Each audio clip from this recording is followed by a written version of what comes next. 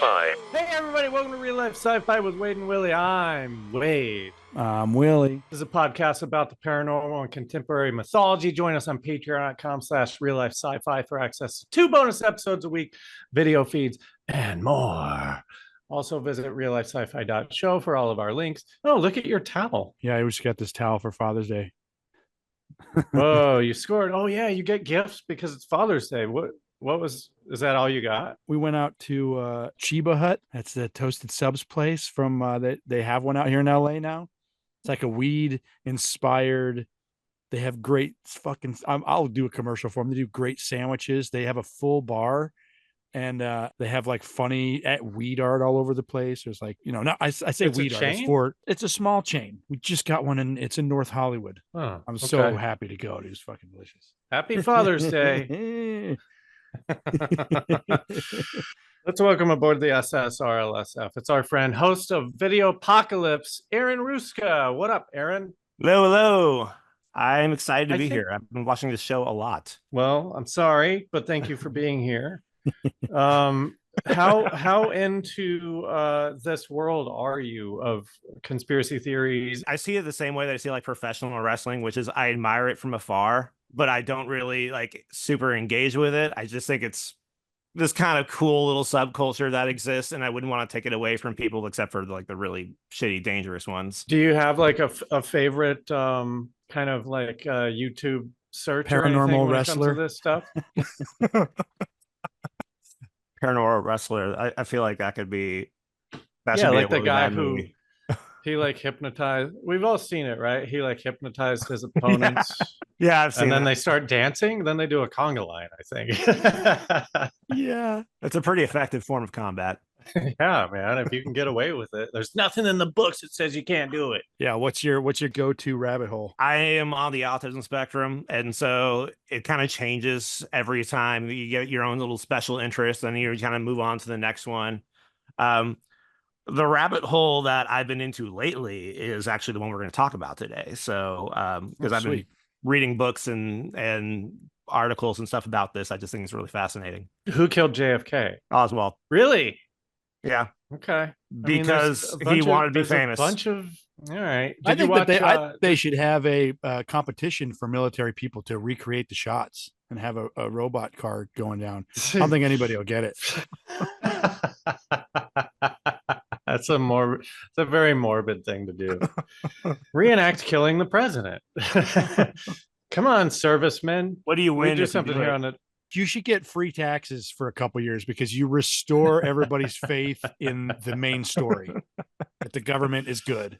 Yeah, I think you just get promoted to CIA or whatever.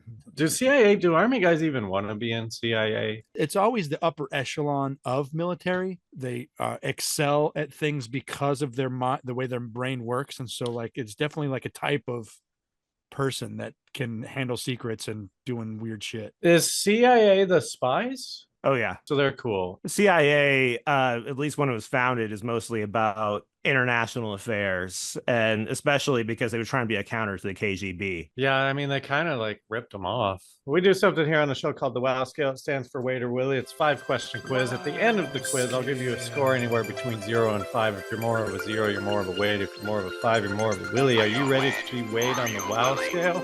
Oh, let's go. First question, 3-parter. Do you believe in aliens? If so, have they visited Earth? If so, have they visited Earth in the last 300 years?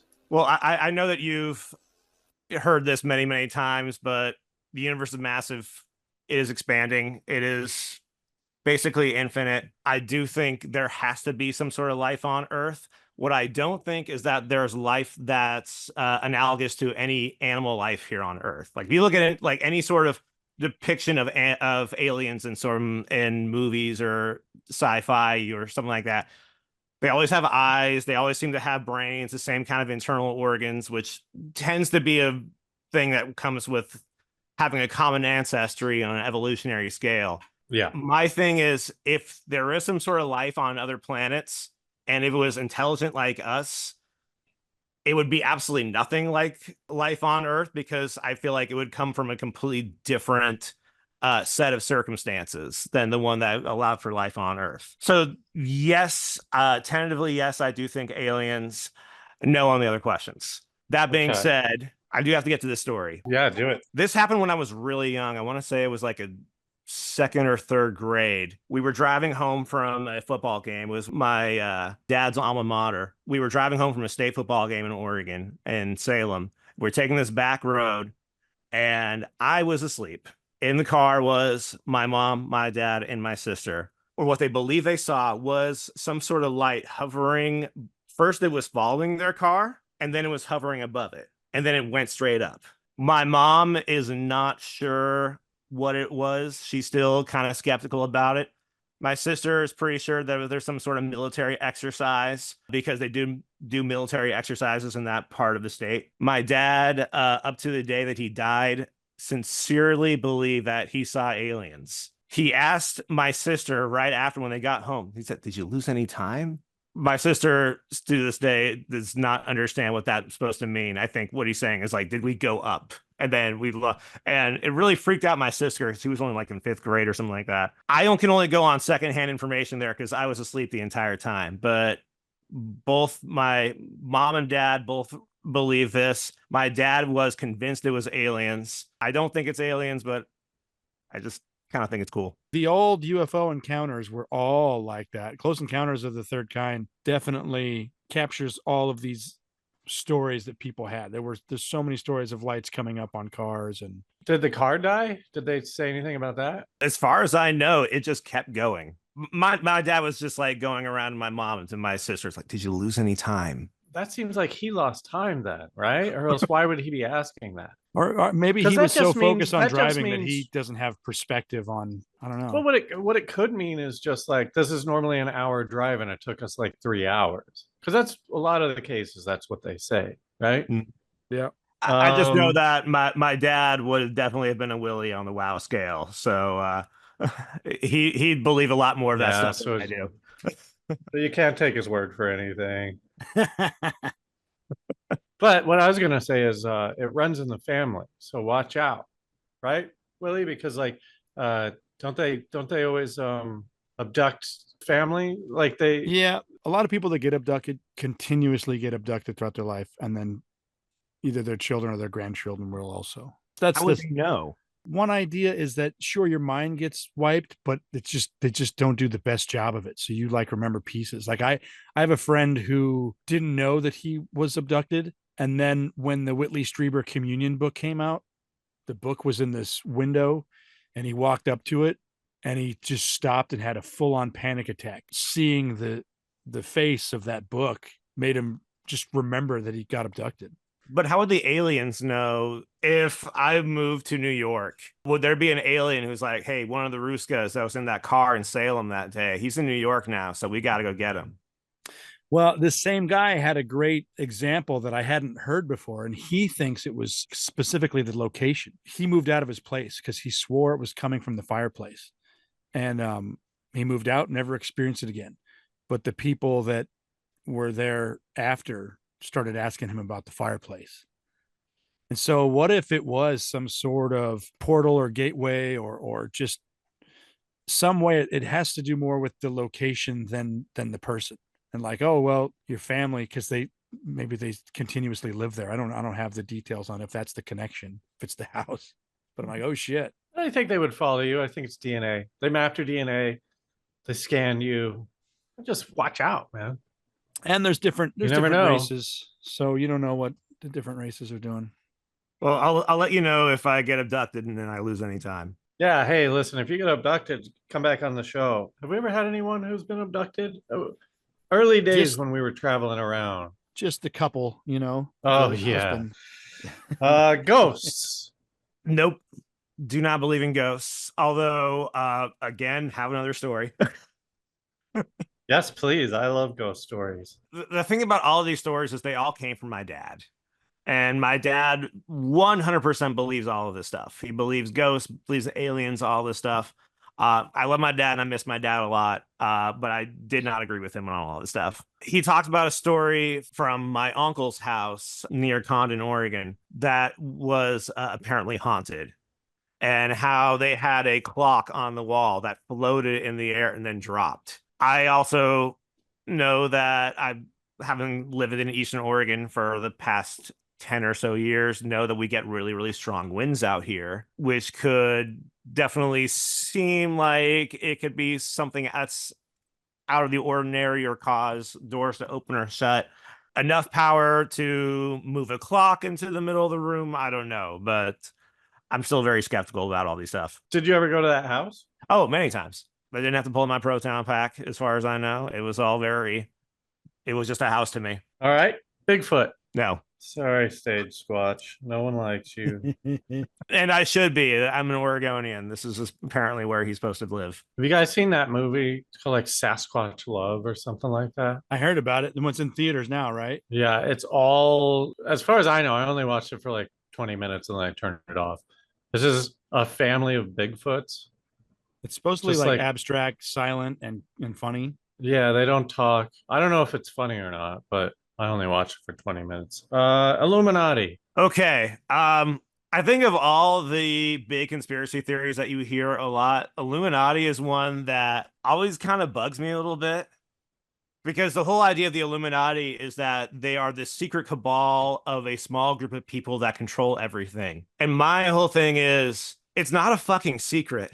We know that there are extremely rich and powerful people who have an immense wealth and influence over our politicians, over corporations, and they do all this shit out in the open. Like, you don't need to think about the shadowy cabal of people wearing robes. Just go on Google and look who the billionaires are, and there's your group, and like including the CEOs of Google.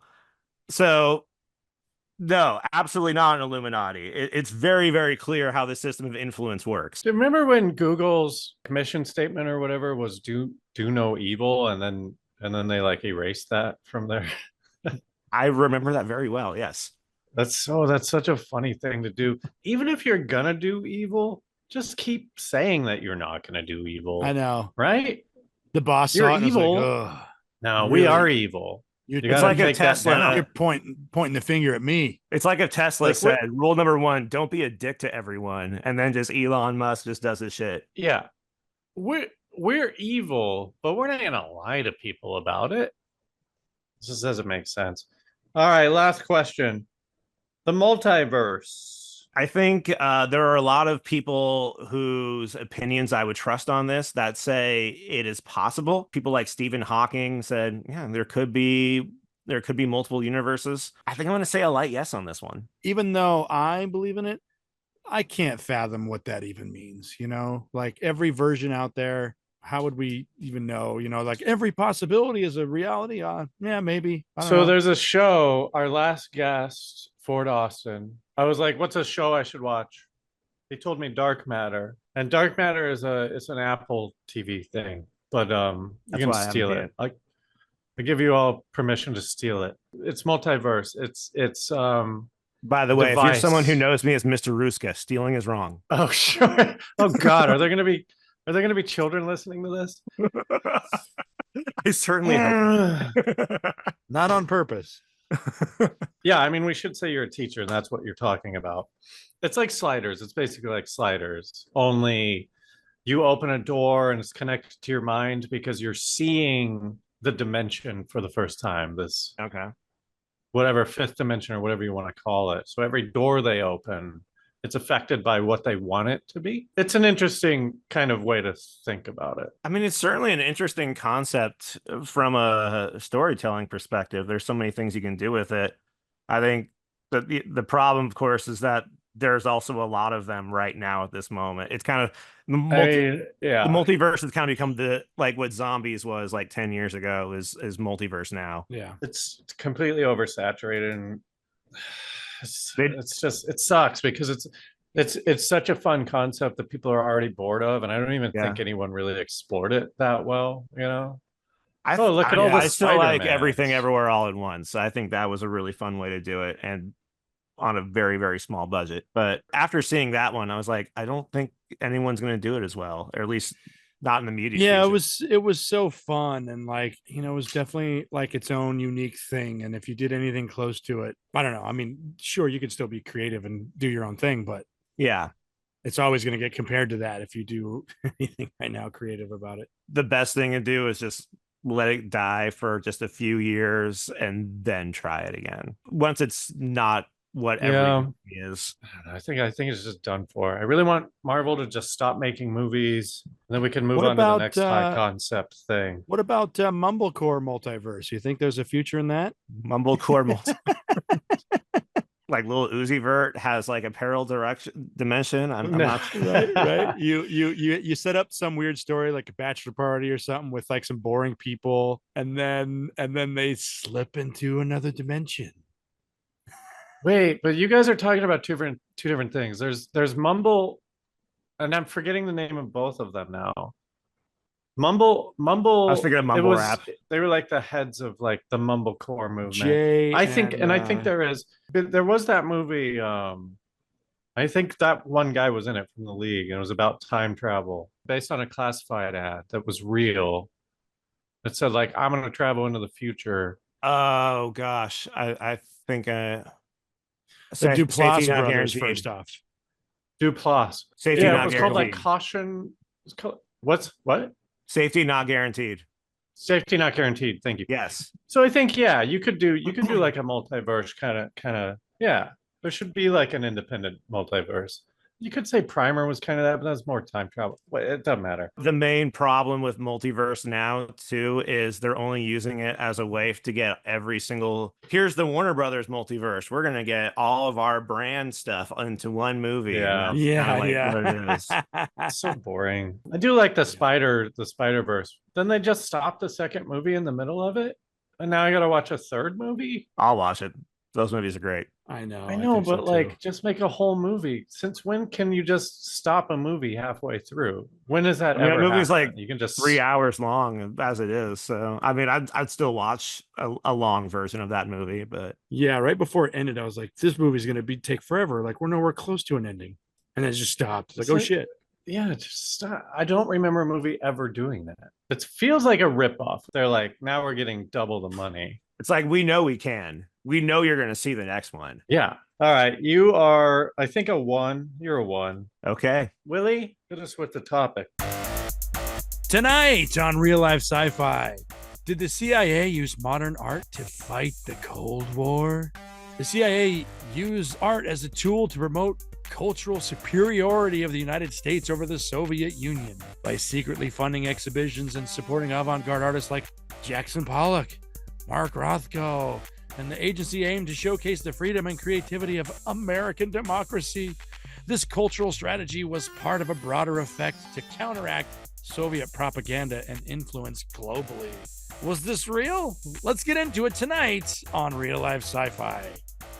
This was pretty new to me. It was pretty amazing how you can't keep the word conspiracy on it. But Aaron, go ahead, take it away. The reason why I was interested in this subject is because I wanted something that sounded like a crazy, far off conspiracy theory that someone might have made up, except it's real. Everything we're talking about actually 100% did happen. The CIA has declassified a lot of these documents. There's been a lot of journalism done into the subject.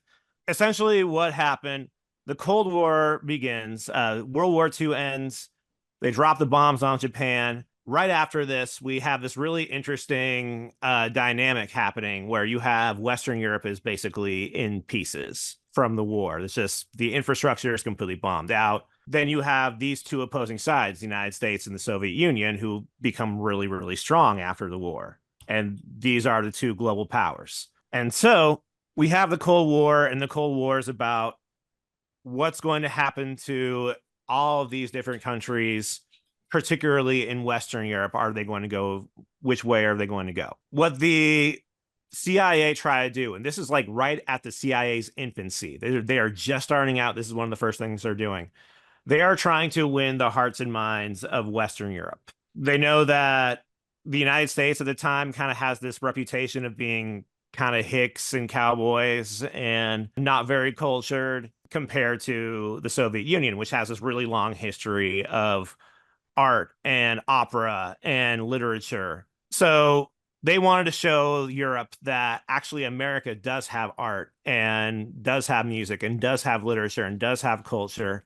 And we actually do it in a way that's a bit more expressive and in a way that promotes a lot of freedom. The thing is, it was all still very controlled of what got out there, what was exposed.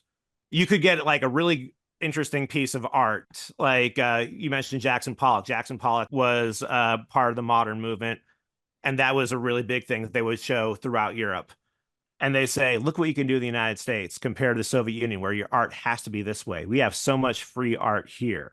The problem was whatever art we put there, we tried to make it at best apolitical and at worst making sure there was no pro-communist message in it.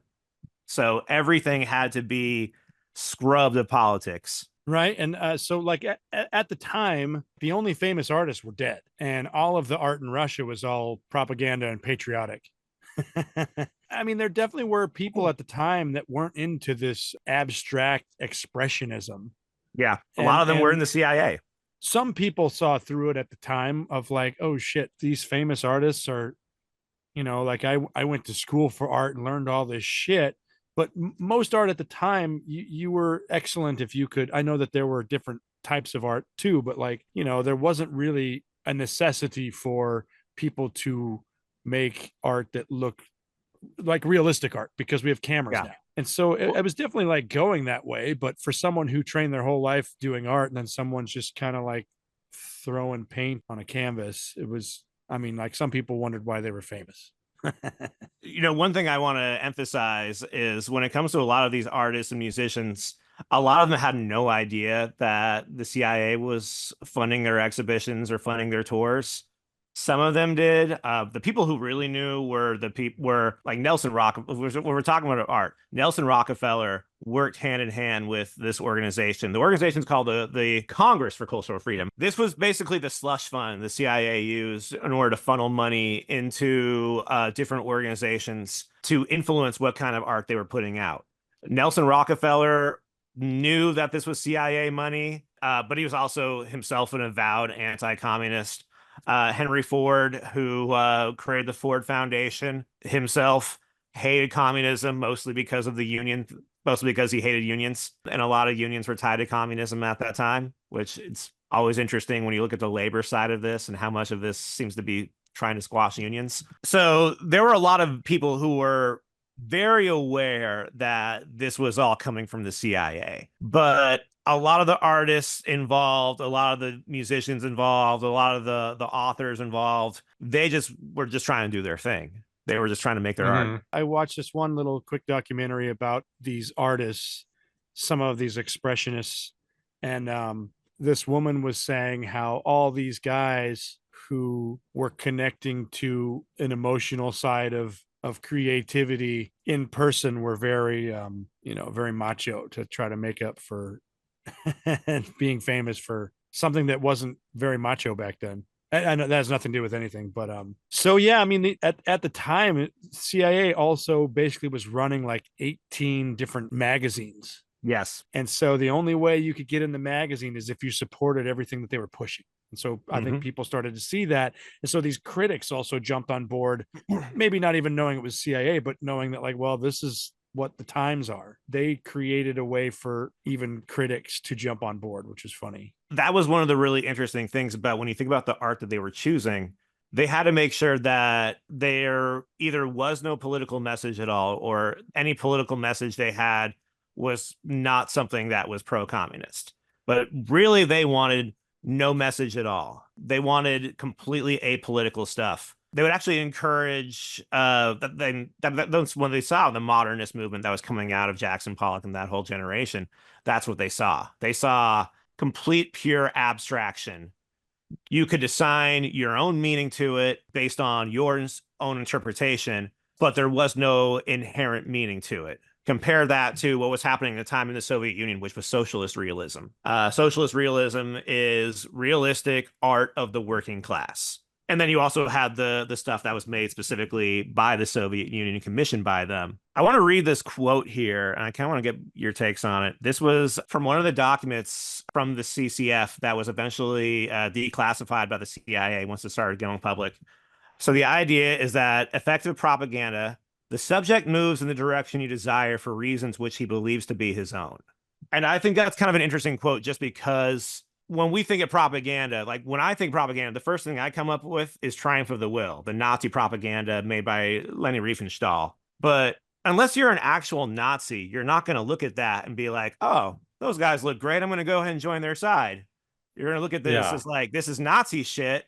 Fuck this shit. I'm out. But if you're coming in with a very inherent message saying you need to believe this particular ideology, most people are going to say no. You have to get something in their brain that makes it seem like this is something that you're thinking of yourself. It's like proof that they're still doing stuff, because most people that are extreme right wing or extreme left wing right now feel like they're coming up with shit, and they're both spewing out shit that's been given to them over and over and over, whether it's through Facebook or the news. And so it's interesting to hear that quote specifically and be like, oh, I mean, it's still happening. They're still doing it. Everyone thinks they came up with the wall. Mm-hmm. Like they're just. I just wonder what the point wall. is. Like you're trying to sway these other European countries to be like, look, we're cool with free thinking here.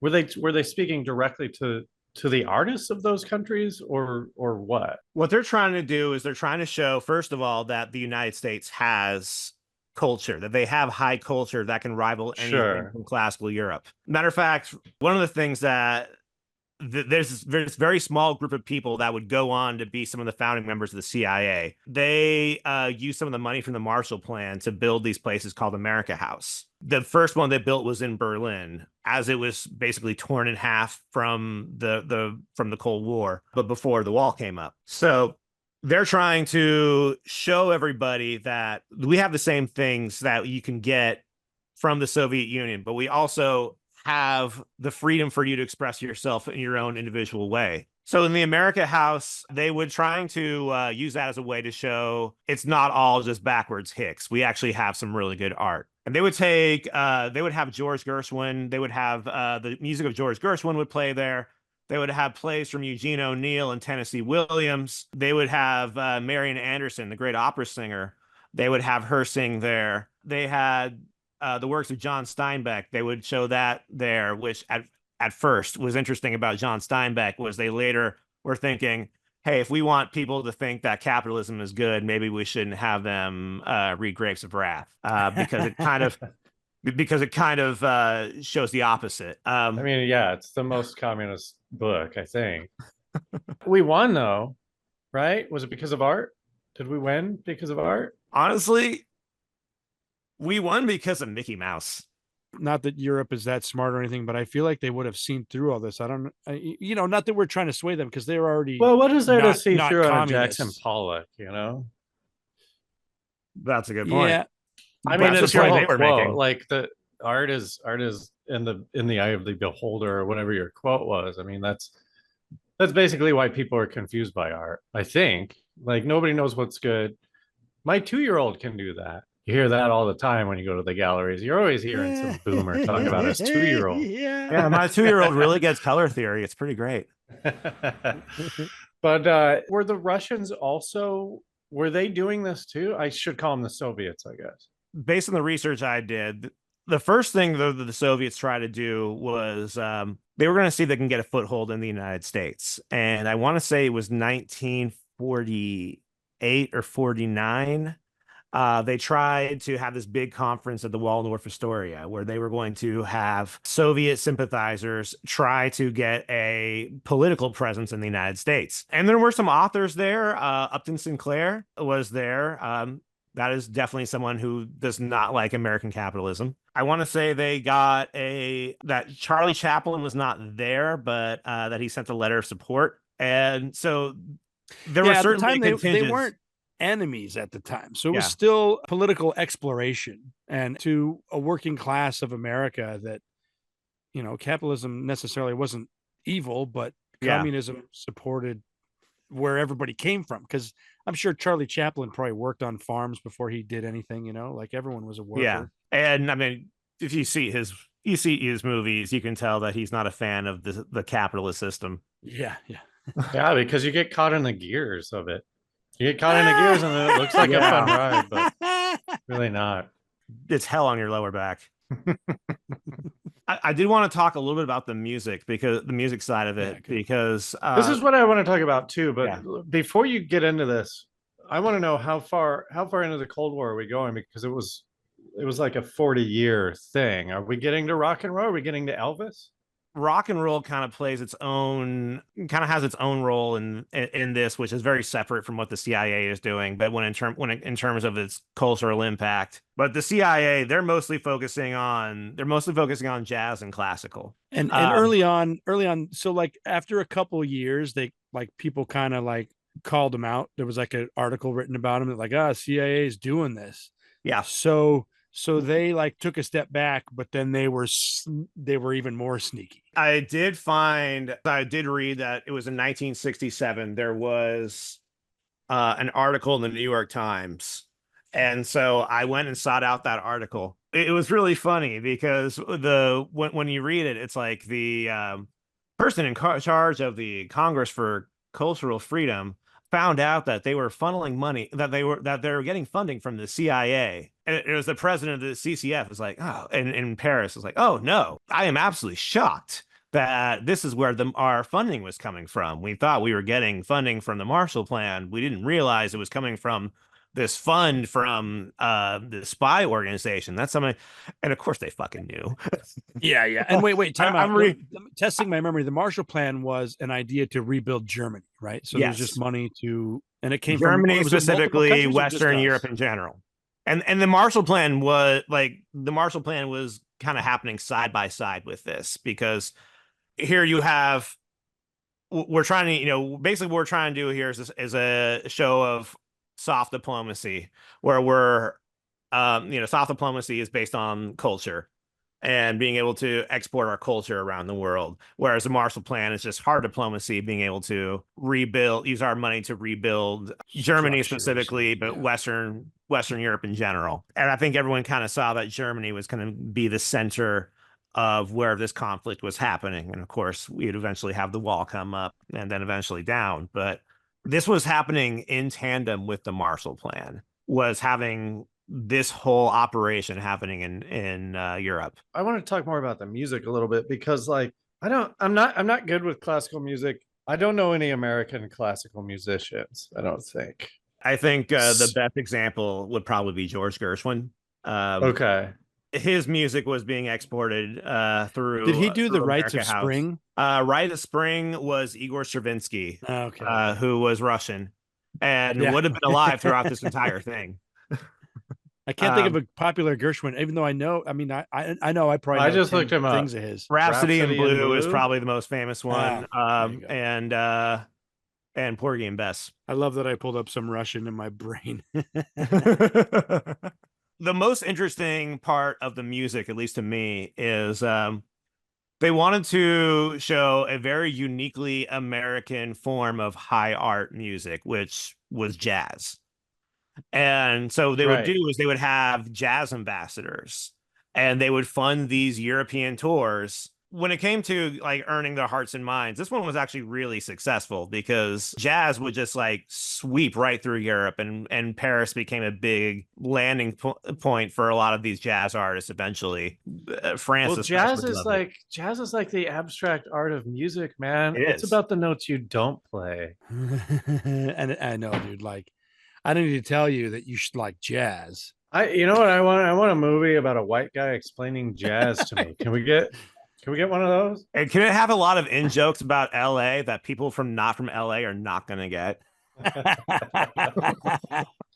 Can you name any of the jazz artists who I might know?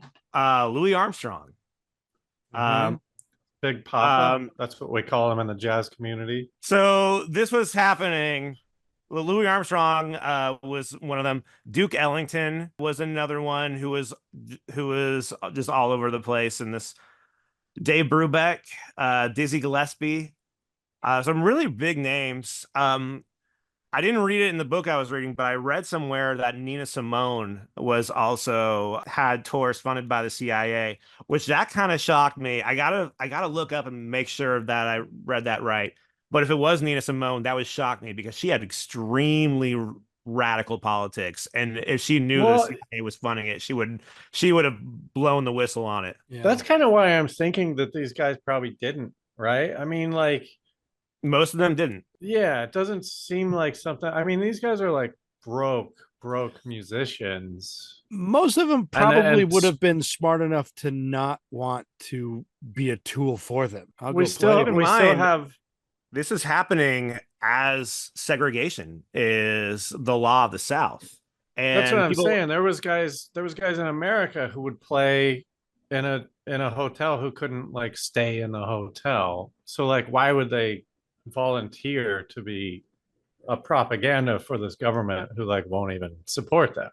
Well, you're hitting on something that's really interesting here. Jazz is it is a historically black genre. Of course, there are white jazz greats. Dave Brubeck, like I said, was on many of these tours as well. But one of the reasons why they wanted to show the jazz ambassadors was A, it's great music, and B, it shows that it was a counterpoint to Soviet propaganda, which was saying, if America's so free, how come black people in the South aren't treated the same as white people in the South? Which this was all over Soviet propaganda at the time, and it was fucking true. Yeah. So these guys, I wanted to get back to the CC. What is it? CC. Yeah, CCF. CCF. So the people in like Germany or wherever, were these Germans or were they Americans who were sent there to set these things up, or did we reach out to like people? Essentially, there was just a list of guidelines that if we think that this art or this literature follows this specific set of guidelines, we're going to take it out. We're going to give you money. No, I mean like the guy who said that he didn't know it was funded by the Marshall Plan. Would that be an American, or would that be just like a German who were like, hey, we need a theater to like do this thing? I'm just wondering. With the America House, people knew that this was funded by the government. They didn't know it was funded by the CIA. That's what I'm talking about, the America House. Yeah, because if I'm correct my timeline, the CIA didn't exist yet. It was shortly afterward that the CIA became a thing. I think people had the sense of what this was for, that we were showing. But were they Germans, or were they? And I'm just using German as a example. I don't know why I'm curious about this. When we're like setting up America houses, do we send an American over there to like get a theater? Oversee it. Or do we just reach to oversee it? To oversee it. Yeah. Oh yeah. Okay. Yeah. No, there were so it's all okay. Or if not an American, then someone who was at least working with the American government. Because a lot of the people who were part of this operation, and as well as the founding of the CIA, weren't American. A lot of what I got here is from this book right here. I should give her credit. The Cultural Cold War by Frances Stoner Saunders. It's a really interesting read. There are a couple of names that come up from the very, very beginning. One of them is Michael Josselson, who was a German who, after the war, basically tried to denazify a lot of cultural people. Like, he had this, I don't know if there was torture involved or not, but basically he had kind of a grudge against the Nazis for, they're Nazis. They definitely deserve it. And another one called Nicholas Nabokov, who was a Russian, formerly of the Soviet Union. And if that name sounds familiar, his uncle Vladimir Nabokov wrote Lolita. Both of these guys worked together in Germany before the founding of the CIA to try to denazify certain people that they thought could be useful to them. CIA got, or the what would soon become the CIA got wind of these guys and basically recruited them, and they became founding members of the CIA. Right. Do you guys think? I mean, I'm sorry. Continue. Just some dates out there for people. The World War II ended in 1945. And then in 1947, the Roswell happened, and then the CIA was formed a couple months after that. Some people think that the CIA was created because of this big bad information handling of different militaries not connecting to each other.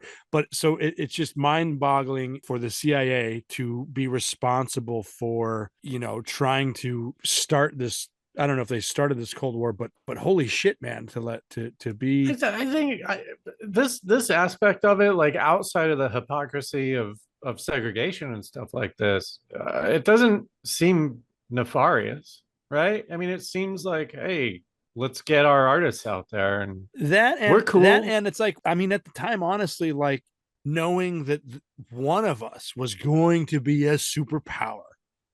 We're both superpowers, but which one's going to be the leader? And go like, oh fuck, a government's different. Communism versus capitalism. And for how many people that did believe in capitalism that were running the CIA, like what a brilliant plan for reals to try to fucking win over the world. This would be the plan now for aliens, I think. If you don't believe that aliens are already infiltrated our government, it would be like, oh, aliens are coming. Let's show them, I don't know, Goodwill Contact, 3-body problem. Wait, we're gonna show? No, we're not gonna show them the stuff that we thought aliens were. That would be the last thing we would do, right? You show them ET. This should be you. If you're not like this, then we don't like you. I'm trying to think of what you would show them. I was completely innocuous. What you would show to Americans to get them used to aliens. Oh no, I'm saying, what do we send to the aliens to make sure that like they know that we're not uncultured swine, right, that we have brains. And I think it's something that references other things. Yeah, Goodwill Hunting. You think of the big heart jerkers, tear jerkers. No, I don't know. I'm thinking of something that's like just a if it's a sad movie story. with Robin Williams, you just send him just DVD. We'll send him the doctor one. What he's the Patch Adams. Let's send him Patch Adams. Oh yeah, and then also the one. Then they will kill us. It's one of my favorite movies. I want to kill us because of Patch Adams. The movie that I put on when I want to cry, it's it's Terms of Endearment. Robert De Niro. Oh, and, Awakenings. Yeah, Awakenings, dude. Oh fuck, man, that's a good movie. I'm gonna cry later tonight. But Awakening sucks because it's like we just gave up. That story is about us having a breakthrough and then completely giving up, right? Because like De Niro gets awakened. Who's the doctor? I forget. It's Robin Williams. Robin Williams. Right? Yeah. And then there's this huge breakthrough. But then they just let him go back in, and then he just like, it's a fucking whatever even happened to that? Are there still those people, or did we crack that? Where you just well, nothing about this pill works, so let's just throw it away. Not try to replicate any of the results. Not follow the scientific method at all. Clearly, there's no value in researching this any further. Willie, do you cry at Awakenings because they just let Robert De Niro go back into his catatonic state? Is that what's sad about it? Yeah, losing my mind is a big fear I have to being live inside of this shell of a body and not have any control. Well, but in that movie, yes, for sure that's hell. But in that movie, they don't even know, right? Because doesn't he wake up and his children are like grown and stuff? It's just like time travel. Yeah. Oh. And they all have their same behaviors. It's like it's depressing to, I don't know. It's like trying to define what the mind is and who we are and to see people go asleep that, I don't know. I'm just kind of thinking about the application of this were it today, right? Because now we have the internet and stuff, and like it feels like every country has amazing art, right? I'm not like a big art guy, but I don't know. You just see art from everywhere. It's like, not to be like too cheesy or whatever, but it's like, oh yeah, no, people are all the same, blah, blah, blah. Human. That bullshit. And you don't need the intellectual gatekeepers that you needed back in the 40s and 50s and 60s that the CIA was funneling money into. You can just put up shit yourself. I mean, that's I don't even Wouldn't live in LA, and I'm still able to make yeah. one-on-one stuff with Wouldn't people it be from all great over the though world. to have the CIA foot the bill for your channel 101 shows? That would be amazing. My budget would Fucking A. skyrocket. And to know that the bigger audience is the world instead of just some little group of broke It people. seems it seems it We're seems going to like airdrop though, this into Yugoslavia. yeah, it's just laser fart. This is our gift um to the world. I just feel like America has sort of turned its back on art in a way. When you think about like the BBC or even Canada, they have like a whole part of their government that's just like, here's what we're going to put on television. We have Yeah, all this money. We're going to put this stuff on it's television. amazing. And it's not propaganda. Like you would think, like that's the whole, that's the talking The point, funding, right? Like, the well, cultural if it's the funding is government, for the future. I'm like, well, yeah, dude. Like, yeah, you should spend money on exploring culture. And I think that kind of goes back to, when I studied all this, yeah, there's very nefarious purposes for everything that's happening, but the world is better because of Jackson Pollock and Dizzy Gillespie and we haven't even talked about the writers yet. The Iowa Writers Workshop. The world is better because of that. Kurt Vonnegut came out of the Iowa Writers Workshop, and that was funded by the CIA. Um, like, what a huge backfire for the CIA, though. yeah, that was the other thing too. When the other shoe dropped, is like, hey, by the way, all these people that you're funding because their art is apolitical are very political Yeah. people, and you're giving them a huge microphone. I mean, stop fucking up and maybe they would be on your side. Like if you continue to do evil things, like what do you expect them to write about? You know what I mean? Well, I'll tell you one other aspect of this. So they wanted to make sure this. So after that conference in the Waldorf Astoria, the Soviets were like, okay, that got blown up. The intelligence knew about it. They blew it. They basically blew it up and made sure that it was ineffective. And they're like, all right, well, we're not going to try to get a foothold in America anymore. We're going to concentrate on Europe. But they also knew that there was still a place for communist ideas to make it into America, and that was through universities. So the CCF had to tackle that too, and find a way to get intellectual space being funded by the CIA. But their whole thing on that one was, if we try to just have everybody go to the right, and that's what we're trying to extol here. This is the message that we're trying to send to universities: is everybody should be conservative. People are going to resist that, and it's going to hurt more than it will actually help. So again, it goes back to what we're talking about with propaganda. If it doesn't feel like propaganda, if it feels like you're coming up with the idea, then it's a lot more effective.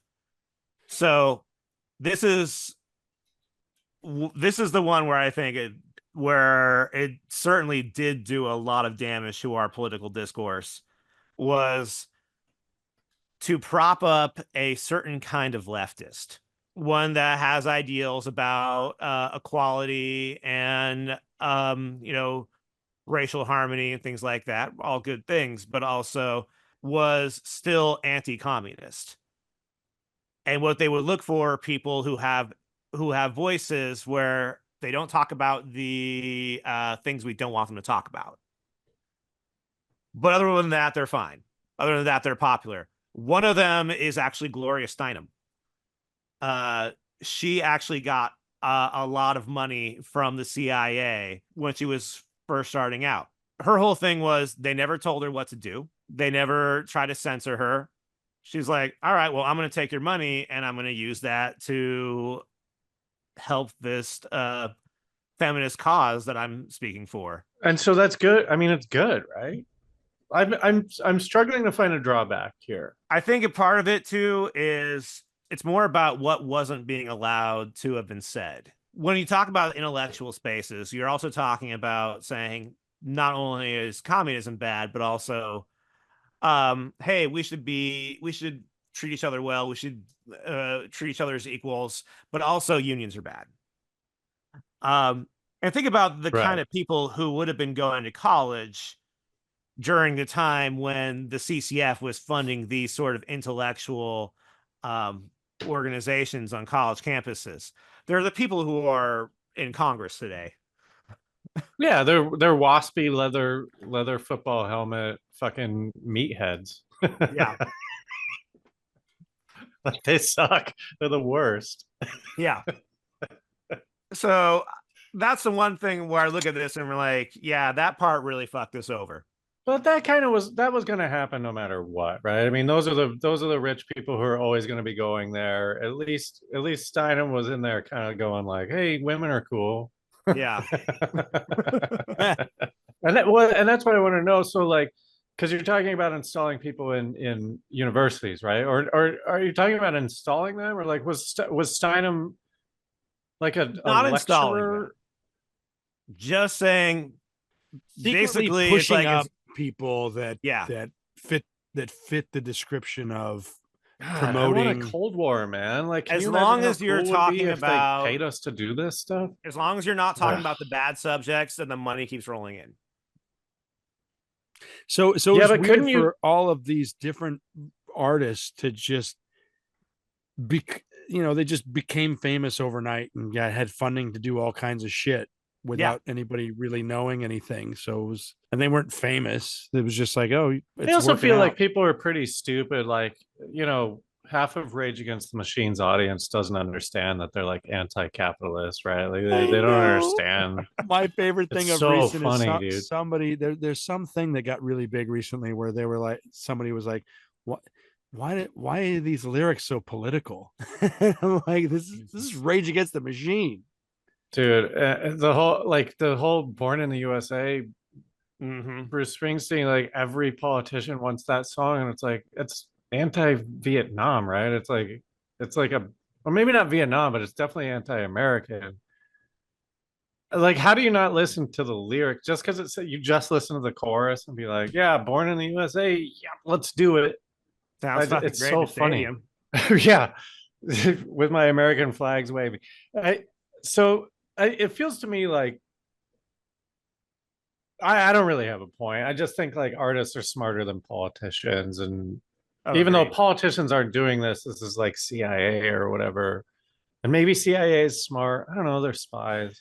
think of the meeting they had to have to come up with this plan. You know what I mean? Like there were some big heads in there. They have some people, some brainstormers that just thought about the next 100 years. I mean, if you really look at the history of the CIA, it's a history of failure, like giant, colossal failure to take out this dictator or get rid of this president, or even so many assassination attempts, and even when they do succeed in some sort of coup or some sort of operation, the blowback, classic example. We're gonna install this government, and then we're gonna walk away. It's like, come on, what are you doing? It's just the dumbest fucking thing. Hey, like, let's give these guys weapons everywhere. because they're killing the Soviet Union. They're definitely not going to turn around and use those weapons against us. Right. Everyone's good, man. We're all good, right? Because we gave you weapons, you like us forever? No. Thank you, Mr. Bin Laden. Let's keep up this relationship. It's going to work out great. You're right. I mean, and that, God damn it. You could really argue that this is the most successful thing the CIA has ever done. But and also you could at the same time argue that they facilitated it, but it seems like I don't know. It feels like these are giant artists that would have sort of made their way through osmosis anyway. You know what I mean? Like, who hasn't heard of Dizzy Gillespie? Yeah, and like a lot of the jazz guys were already famous. Yeah. Well, we're at the end of our time here. Willie, you want to Do some wrap up stuff. This topic was suggested by Aaron, and I just can't believe how great it is. I've never heard of this before, and it is 100% true. And it just makes me think in my mind, like, if this, then what? Like, holy shit, what else did they do? What else did they try to do? Whether they were good at it or not, I do believe that they did a lot of nefarious things. And I want to know everything. I want to see declassified plans. We're never going to see them. And I'm like, when did this end? You know what I mean? When did this end? It almost does seem though, like, hey, you catch more flies with honey, right? Like, CIA, maybe fucking think about that a little bit. Like, you were so successful in the Cold War art thing.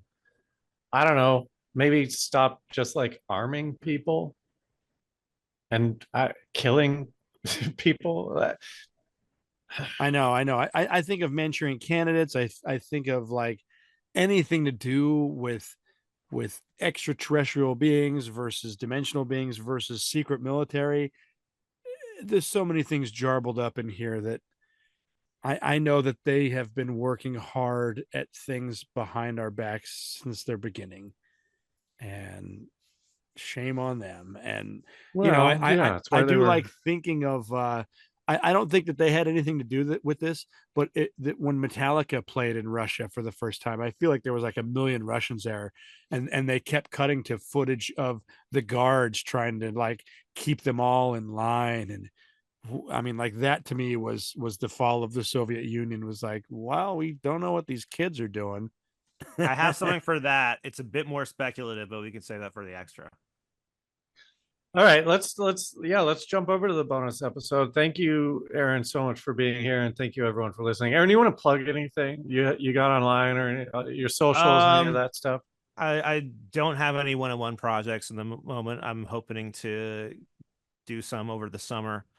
Watch Videopacalypse 6:45 on SchrabHomeVideo. Right after that happens, right before Kalikazoo show, and find out if your teachers' unions need any support. We can always use some support.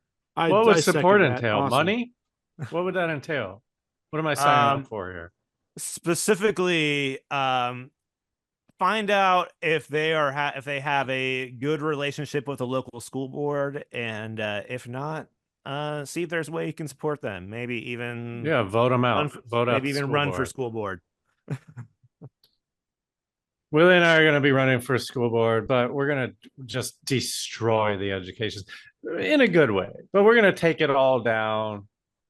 It's all going to be Montecito from here on out. Montecito? That what it's called? No, Montecito. I think the word you're looking for is Montessori, by the way. Yeah, Montessori and limoncello. It's going to be Montessori and limoncello for all the kids. Thanks everyone for listening. If you want to hear us continue this conversation, just go to patreon.com/RealLifeSciFi.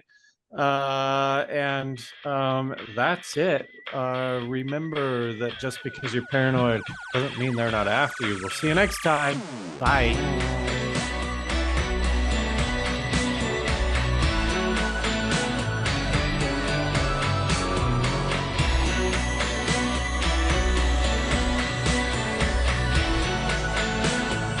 Real Life Sci-Fi.